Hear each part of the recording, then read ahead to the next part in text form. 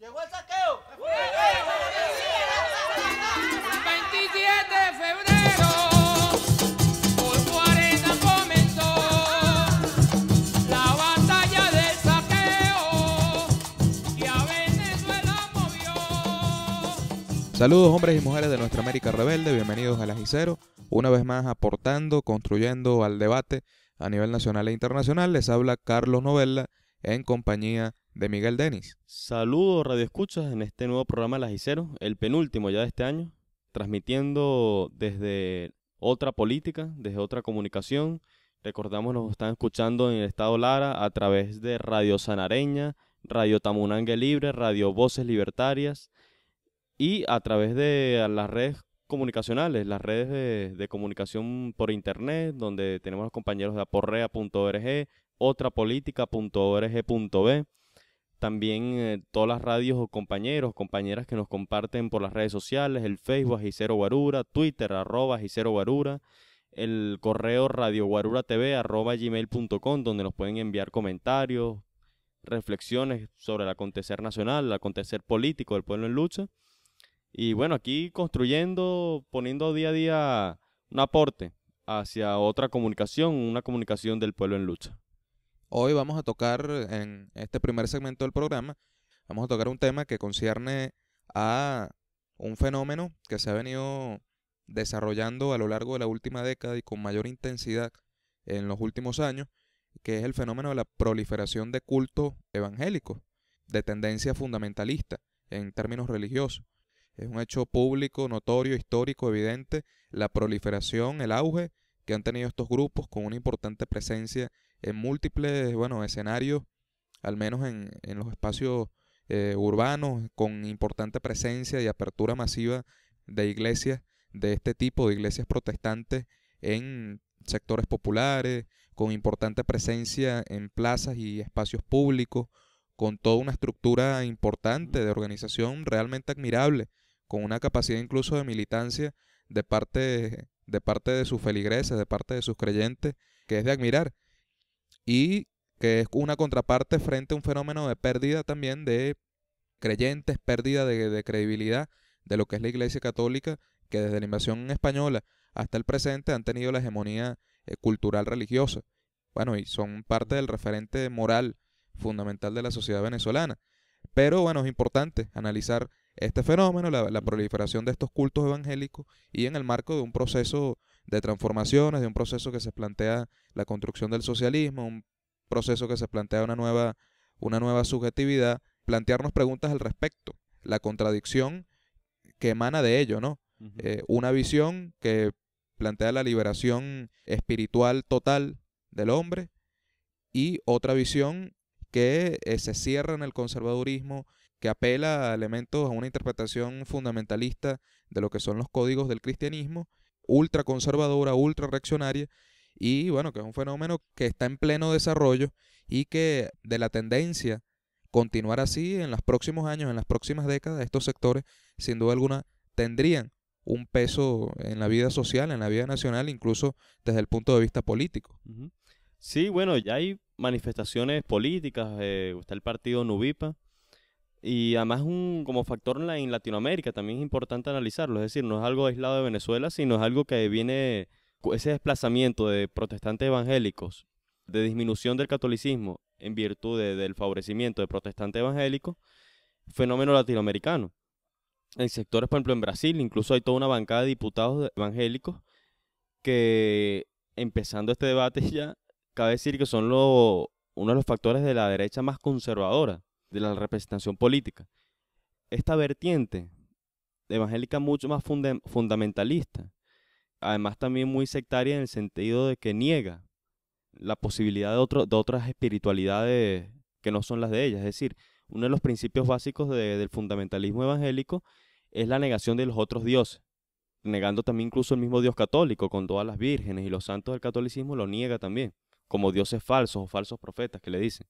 Y ha servido en muchos casos también como una avanzada de las fracciones más conservadoras del poder político, porque con toda esa carga religiosa que incuban, que tratan de desarrollar en las barriadas populares, en los sectores populares, también viene todo un esquema de familia, de valores sociales muy conservadores, que incluso hacen campaña política contra las luchas de la comunidad sexodiversa, contra las luchas feministas de la liberación de la mujer, que en un momento, bueno, uno piensa que va avanzando la cosa y de pronto uno encuentra manifestaciones muy reaccionarias, por ejemplo, de este partido Nuvipa, ¿no? En Venezuela, que introdujo en la Asamblea Nacional un recurso para echar para atrás la discusión de la ley de un matrimonio igualitario.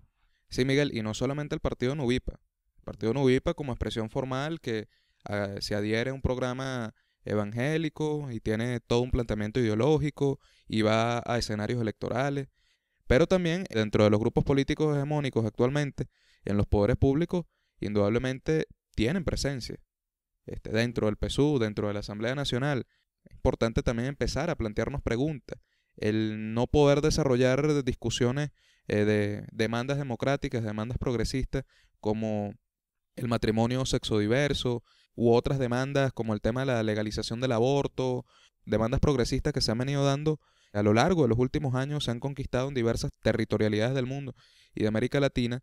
¿Por qué en Venezuela, en nuestra Asamblea Nacional, con una hegemonía del Partido Socialista Unido de Venezuela que en teoría defiende esas reivindicaciones, porque aún esas discusiones o no se dan o son postergadas? También es plantearnos esa pregunta, porque indudablemente uno de los argumentos, no hay una respuesta definitiva, pero sí es que permea dentro de la visión de muchos de los diputados de ambas corrientes, tanto de la MU como dentro del PSUV, también una visión conservadora basada en estos ideales del fundamentalismo evangélico. Y esa es la expresión, digamos, de ese conservadurismo, ¿no? Social que impulsa estos grupos. Pero también el origen de muchos de estos grupos fundamentalmente vienen de Estados Unidos. Son financiados de Estados Unidos, incluso de grupos muy poderosos y no necesariamente religiosos, sino grupos de poder económico muy poderosos. Incluso en los años 70, años 80, con el gran impulso que hubo de la teología de la liberación y de grupos, digamos, dentro del catolicismo y dentro del cristianismo que se organizaban para luchar por el pueblo, luchar contra los poderes económicos, contra los poderes explotadores. Bueno, hubo toda una avanzada desde Estados Unidos de promoción de sectas, de grupitos evangélicos en las barrias populares que alejaban al pueblo de las organizaciones comunitarias, de las organizaciones populares. En Nicaragua, por ejemplo, eso fue un ejemplo muy, muy importante. Apenas los sandinistas llegaron al poder, proliferaron cientos de esos grupos que trataban de alejar a la gente de las organizaciones comunitarias, organizaciones de participación que generaba el proceso sandinista. Y bueno, se ve claramente eso en las posiciones políticas a veces que toman. Por ejemplo, estos grupos en su mayoría están relacionados con posiciones sionistas, con posiciones en apoyo al Estado de Israel. Incluso en muchos casos rezan abiertamente por el pueblo de Israel y por el Estado de Israel, cuando todos sabemos, bueno, el carácter genocida y asesino de ese Estado, ¿no? Y todo lo que está pasando en Palestina. Y claro, fundamentado mucho de esto en la desinformación, en la manipulación. No estamos cuestionando ni siquiera a los feligreses, a las personas que se refugian en esas religiones, bueno, para crecimiento espiritual, porque les hace bien, fundamentalmente.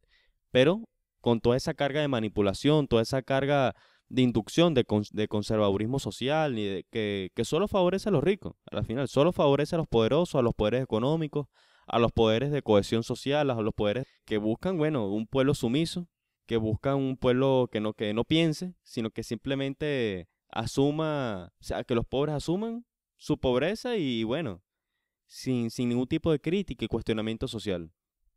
Es la búsqueda legítima de la gente por buscar explicaciones a los fenómenos de su vida diaria, a los fenómenos de su vida, explicaciones a la vida que no encuentra mediante otras corrientes, mediante otros espacios, que lamentablemente esa gente no lo ha encontrado en espacios más políticos, y la gente termina buscando explicaciones frente a su realidad, que no es la mejor realidad del mundo, sino que es una realidad altamente descompuesta, una realidad con altos índices de violencia, una realidad con una cantidad importante de dramas sociales, y que su alternativa para encontrar certezas, explicaciones, para encontrar ese concepto, esa salvación, no en vano también han sido estos espacios.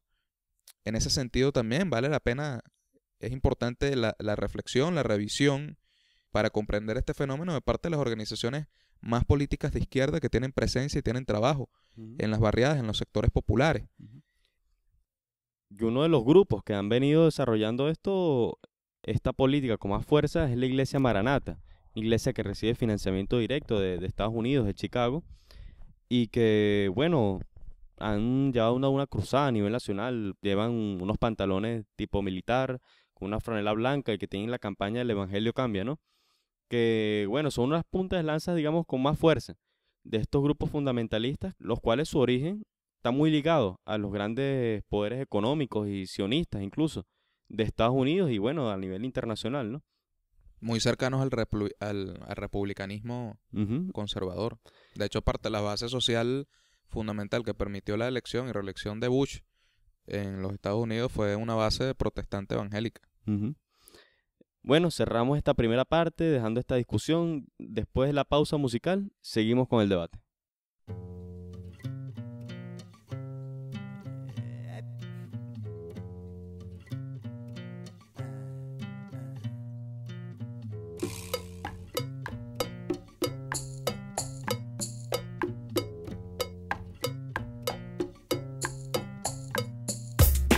Ahora te diré, para comenzar, que no tengo miedo, vengo con ire.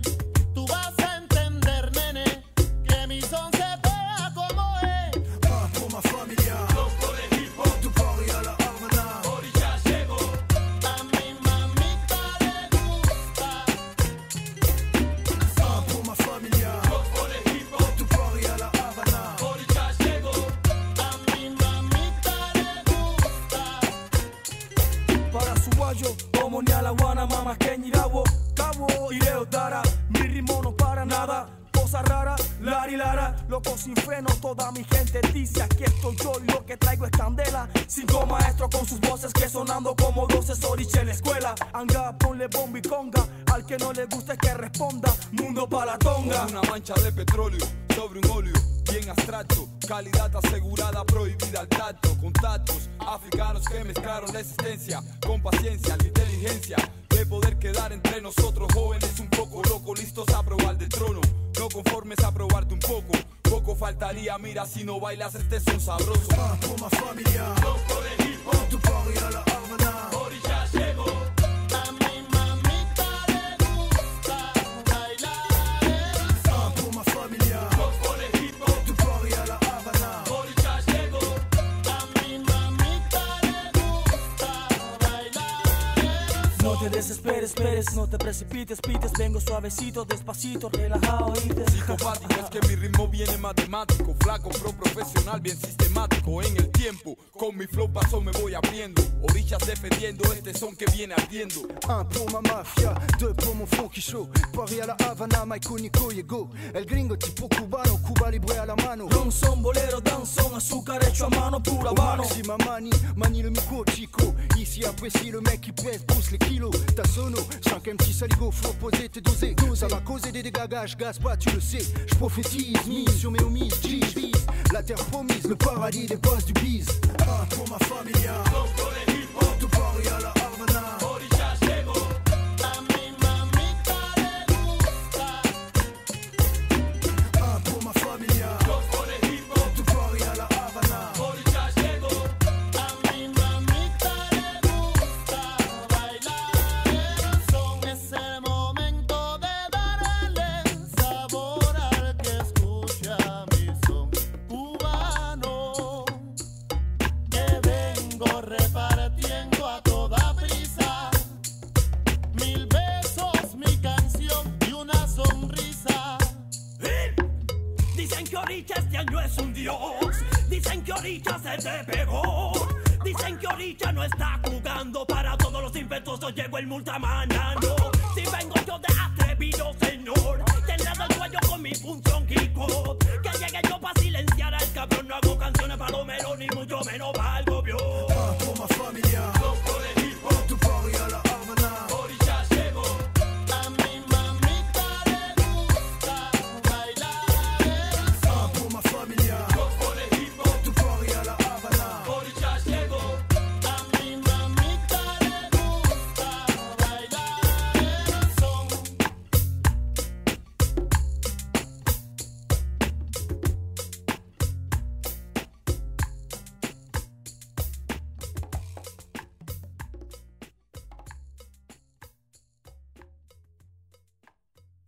Bueno, continuamos con más de las y cero, analizando este fenómeno de la proliferación, el crecimiento gradual de grupos evangélicos.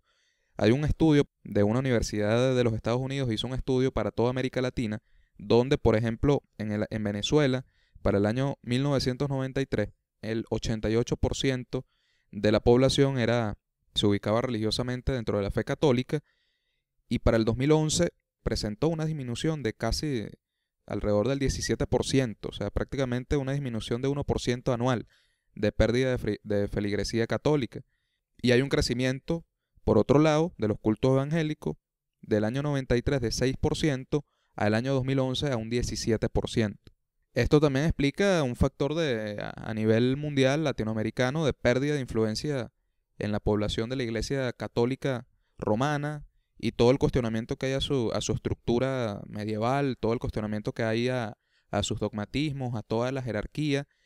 Y estos grupos le presentan, si bien la gente no abandona, en todo caso, la base ideológica cristiana originaria, le presentan mayores posibilidades. Es una iglesia mucho más cercana a la gente, no movida por esa estructura, por toda esa ritualidad sagrada y suntuosa o ostentosa, sino que es una ritualidad mucho más sencilla, mucho más cercana, incluso donde hay posibilidades, los niveles de jerarquía aparentemente en el seno interno de esas iglesias no son tan marcados como puede existir en la Iglesia Católica Romana, lo que permite que muchos jóvenes, muchas personas que no tengan grandes conocimientos teológicos sobre el tema de la Biblia, que ni siquiera sepan latín o esos elementos que muchas veces exige la Iglesia Católica en su jerarquía, puedan representar alguna jerarquía, puedan ser guías, puedan ser padres.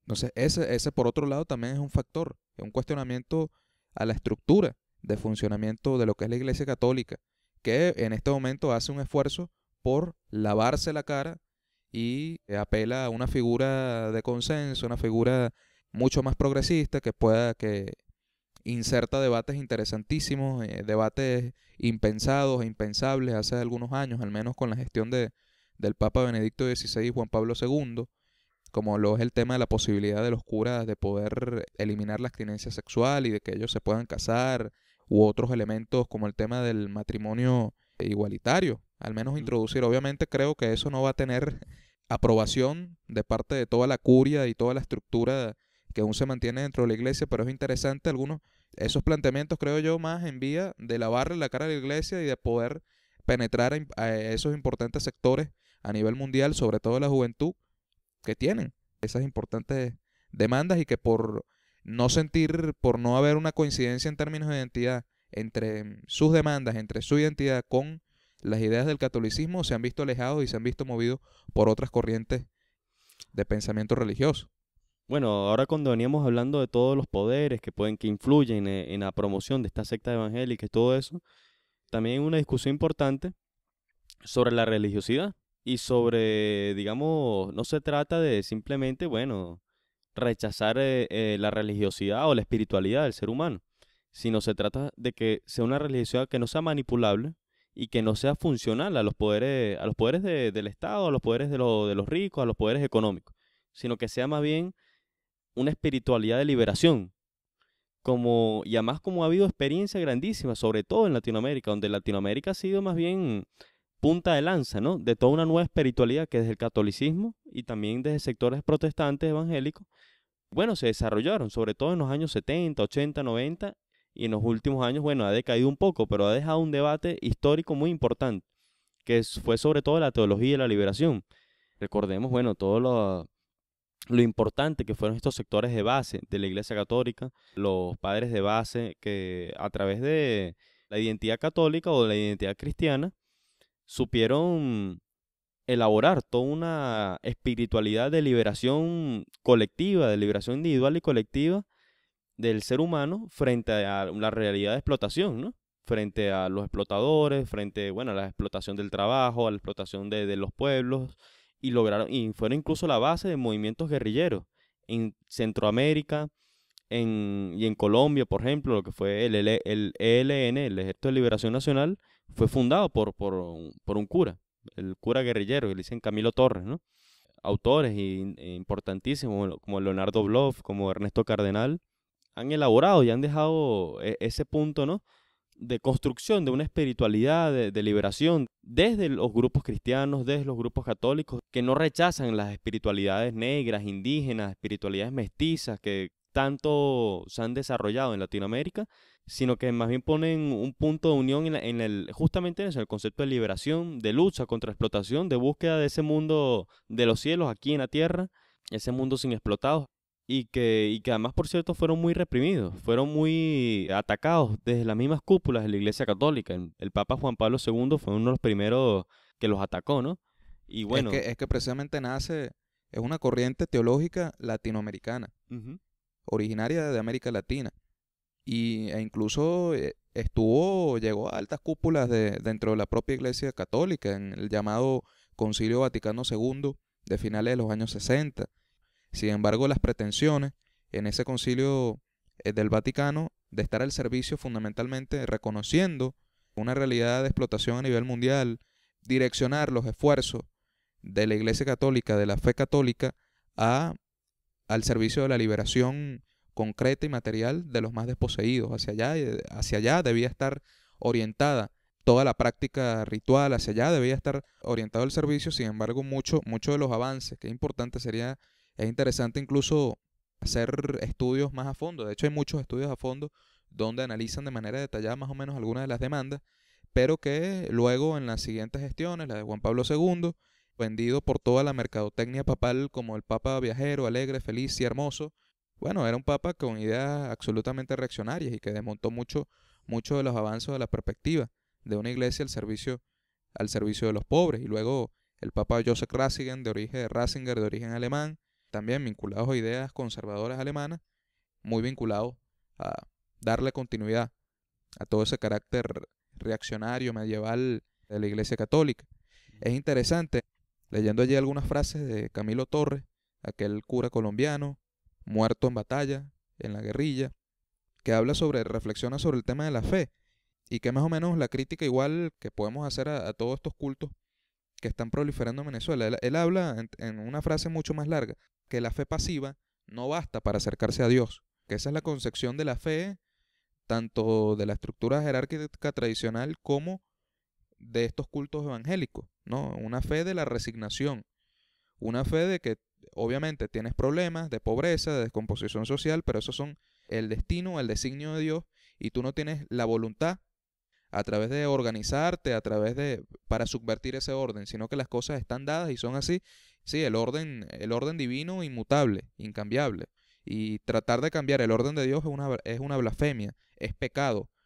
Entonces es interesante cómo se rompe de esta lógica con esa perspectiva despolitizante también, porque incluso niega la política, niega la participación política, aunque inconscientemente fijan una posición política absolutamente reaccionaria y desmovilizante. Entonces, cómo desde la acción, desde la lucha, la acción concreta para transformar una realidad de explotación, cómo también puede ser un mecanismo para acercarnos a Dios desde su ejemplo, que es el ejemplo de Cristo, que precisamente es un personaje histórico que se caracterizó por la acción y por la acción radical, insurgente frente al orden establecido, que no era cualquier orden, era el orden del Imperio Romano, era el orden de los fariseos.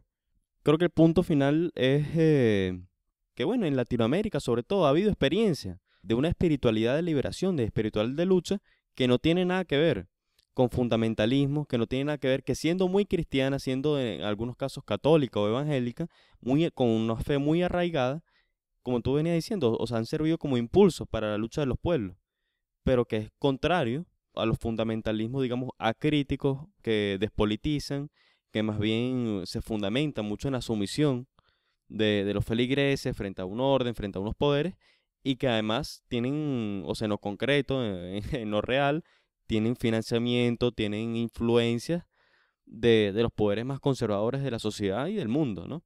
Y que forman parte también de una política, digamos, de adormecimiento, de sumisión de las sociedades latinoamericanas. Una política que además, recordando, de las organizaciones evangélicas y protestantes, vienen sobre todo fundamentalmente de Estados Unidos, ¿no? Y de toda esa política conservadora del norte. Entonces son consideraciones y fenómenos que es importante analizarlos, reflexionarlos y desde la militancia política revolucionaria ser una alternativa, poder orientar, poder direccionar esas inquietudes, esas necesidades de certeza hacia un discurso que propugne la movilización, que propugne la transformación, construir ese reino de los cielos, no solamente en los cielos, sino también aquí en la tierra, en una sociedad de igualdad real entre los hombres y las mujeres. Cerramos este segmento, vamos a una pausa musical, y enseguida vamos allí a unos comentarios sobre el tema económico, más del tema económico, ahora de la vertiente de lo que son las zonas económicas exclusivas. Lo dejamos con música y al regreso comentarios.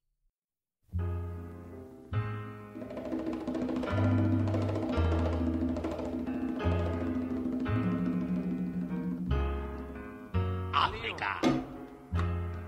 ¿Qué problema, caballero, en el que me encuentro yo? Decía Ramón Puntilla cuando a su mamá llamó. Tengo un pollo sabrosito con el que quiero casarme, pero acaban de informarme que no me puedo casar porque es novia de mi amigo, y eso sí da que pensar. Odio a todos los que aman y que felices están, porque yo no puedo tener un amorcito que me comprenda y que me diga papi y que me quiera bien. Dios mío, ayúdame, quiero olvidar. Ayúdame, ayúdame, ayúdame a olvidarla, te lo pido, ayúdame. Ay, que yo la quiero tanto y no la quiero perder.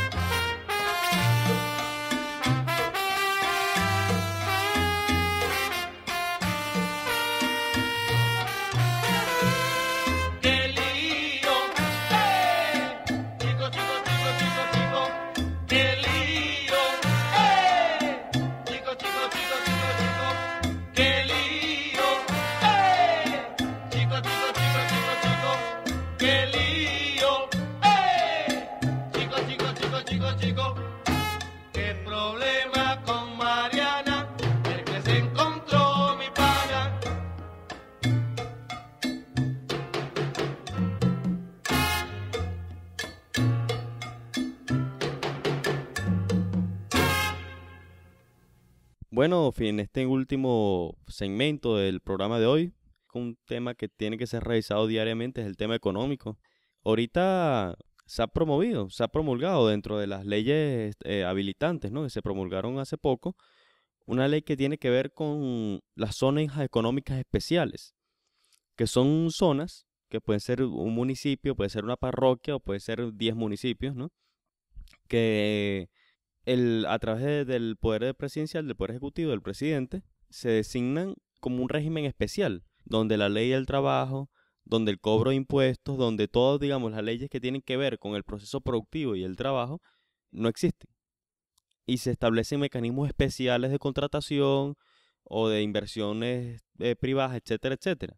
Y esto está relacionado con las necesidades del capital transnacional, del capitalismo, sobre todo financiero chino, que les garantizan zonas donde puedan invertir, donde puedan desarrollar fábricas, industrias, sin ningún tipo de regulación, donde la ley del trabajo no existe, por ejemplo, donde las contrataciones y todas las regulaciones en materia laboral se rigen de manera especial según bueno, la voluntad del coordinador de dicha zona, y que esto supone un gran problema, ¿no? O sea, esto es prácticamente la punta de lanza del capital transnacional chino, sobre todo, o el capital transnacional en general, para poder incidir en Venezuela. Claro, como no pueden desmontar una ley del trabajo que fueron conquistas, claro, o sea, hubiera todo un problema gravísimo, ¿no? Si se metieran directamente con la ley del trabajo, por ejemplo, son conquistas del pueblo. Pero entonces una forma de quitar la ley en zonas especiales donde vayan a invertir, bajo toda una parafernalia o mecanismos de argumentación sobre que, bueno, son un mecanismo para incentivar la producción y tal, porque sí, para incentivar la producción privada, para incentivar, digamos, la producción con una mano de obra barata. O sea, son mecanismos que el capital transnacional ha conquistado a través de una ley específica, habilitante, firmada por el presidente Maduro, para poder invertir sin las regulaciones laborales, de impuestos, etcétera, financieras, etcétera, etcétera, que rigen las leyes y la Constitución. Sí, es la lógica que el problema de improductividad del país, en este caso los impuestos, las regulaciones y las reivindicaciones absolutamente justas de los trabajadores son un obstáculo para avanzar en un proceso de productividad. Y se piensa la productividad como fin en sí mismo y no como producto de un nuevo proceso productivo, donde existan nuevas relaciones de trabajo y una productividad que tiene el fin de satisfacer necesidades materiales de la gente, ¿no? Se plantea la productividad en términos desarrollistas, en una visión también etapista de los procesos de desarrollo y de cambio, de desarrollar en una etapa las fuerzas productivas y que después de allí, de ese desarrollo de las fuerzas productivas, es que se pueden avanzar en otras fórmulas de producción y de trabajo. Aparte que en este tema de las zonas económicas habría que analizar también, porque esto va a beneficiar a los sectores también empresarios privados, ¿no? Que se están reuniendo mucho, obviamente, a lo largo de este año se han reunido mucho con el gobierno nacional. Habría que ver si estos señores empresarios privados van a poder también competir con las transnacionales chinas, pero también las empresas del Estado en ningún momento, primero se reformula la lógica de trabajo, la lógica como se manejan las empresas del Estado, pero por otro lado, las empresas del Estado lo que hacen es proveer fundamentalmente materias primas para la transformación de las empresas transnacionales. O sea, no se plantea, por lo que hemos leído, ¿no?, empresas del Estado productivas o que puedan transformar esas materias primas en diversos bienes, en diversos productos. Entonces, precisamente, es un esquema que exonera beneficios de los trabajadores, que exonera impuestos y, como leí un artículo muy bueno por allí, exonera el socialismo. Exonera esa perspectiva, reproduce la lógica transnacional, reproduce los modelos económicos que han venido desarrollando países como México, por ejemplo, que ha proliferado mucho este tema de las zonas económicas, países como Costa Rica, por ejemplo. Bueno, y ya este modelo de zona económica exclusiva ya se está aplicando en Puerto Cabello y se planea aplicar, ¿no?, por pedidos, parece, del gobernador del Táchira, Vilma Mora, en el Táchira, en la zona fronteriza, y en Falcón. Ahora, en lo que ha sido este tipo de modelo en otros países, ¿qué quiere decir finalmente eso? Bueno, que las transnacionales no pagan impuestos que puede importar libremente sin pagar impuestos ni someterse a regulaciones, que el control de cambio es suspendido en estas zonas para que puedan acceder a sus dólares y sacar sus dólares libremente, o el pago de impuestos puede llegar a la mitad de lo que es exigido comúnmente a las empresas, que los inversores no están obligados a presentar de la declaración de impuestos sobre la renta, que las leyes laborales nacionales no aplican en esa zona, que las mercancías defectuosas y los residuos pueden ser vendidos en el mercado interno. Bueno, entre otras cosas son el tipo de elementos que caracterizan lo que han sido estas zonas económicas en otros países. Que bueno, se abre un boquete en Venezuela para que entren todas esas inversiones y buscando mano de obra barata, y esa lamentablemente parece que es la salida, entre comillas, productiva que el gobierno está tomando en esta situación, ¿no? Y bueno, yo creo que la palabra también está dentro de la clase obrera organizada. ¿Qué posición? ¿Cómo se va a defender o organizarse frente a esta situación? Porque esto es un golpe directo a los beneficios que han venido conquistando estos años. De hecho, una de las cláusulas es que ni siquiera, más allá de la precarización laboral, no tienen derecho ni siquiera a sindicalizarse o a organizarse a través de algún tipo de estructura. Sí, y es siguiendo el tan criticado mundialmente, tan sobreproductivo, pero criticado mundialmente desde el punto de vista de lo humano, como lo es el modelo chino, ¿no? Donde la vida del obrero, donde la producción es un fin en sí mismo y los criterios humanos originarios de un modelo socialista son absolutamente abandonados, ignorados, para interactuar y entrar en esta lógica desarrollista como fin en sí mismo que hegemoniza, bueno, el pensamiento económico y la visión económica capitalista del siglo XXI. Bueno, yo creo que va a estar a comentar estas reflexiones. Igual el próximo programa ya haremos un balance del año, de los elementos económicos, políticos, sociales que se vienen recogiendo y las perspectivas, ¿no?, del próximo año. La primera y la segunda parte sobre el fundamentalismo evangélico, digamos, los poderes que hay detrás de eso, las experiencias religiosas de liberación o experiencias espirituales de liberación en Latinoamérica, y estas reflexiones, bueno, sobre esta cuestión de las zonas económicas especiales y ese gran boquete que abrieron las transnacionales con la ley firmada hace unos pocos días. Esto fue La Jicero, estamos agregando el debate, nos escuchamos la próxima semana. Les habló Carlos Novella y Miguel Denis. Saludos. Saludos.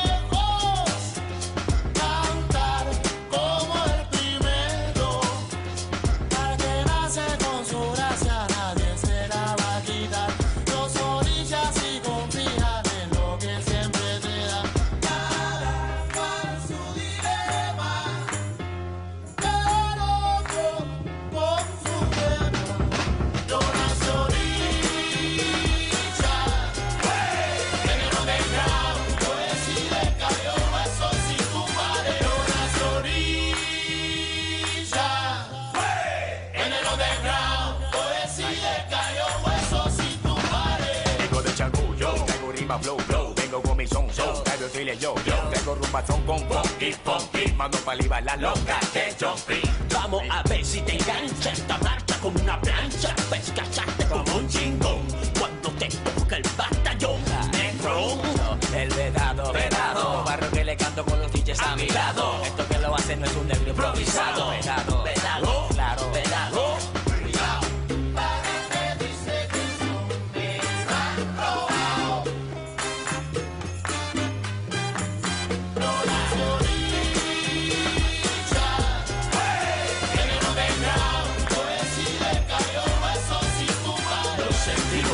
Para batirte como un lápiz, hoy te socio, te pongo boca arriba este negocio. Del 97 vengo a filo de machete. Yo sé que digo que esto lleva todo y bulto, y analizaremos ese insulto. Por esto perucho y te punto como se puso. Tú sabes lo que lucho día a día para poner esta cubanía al club. Nadie nace con su gracia, nadie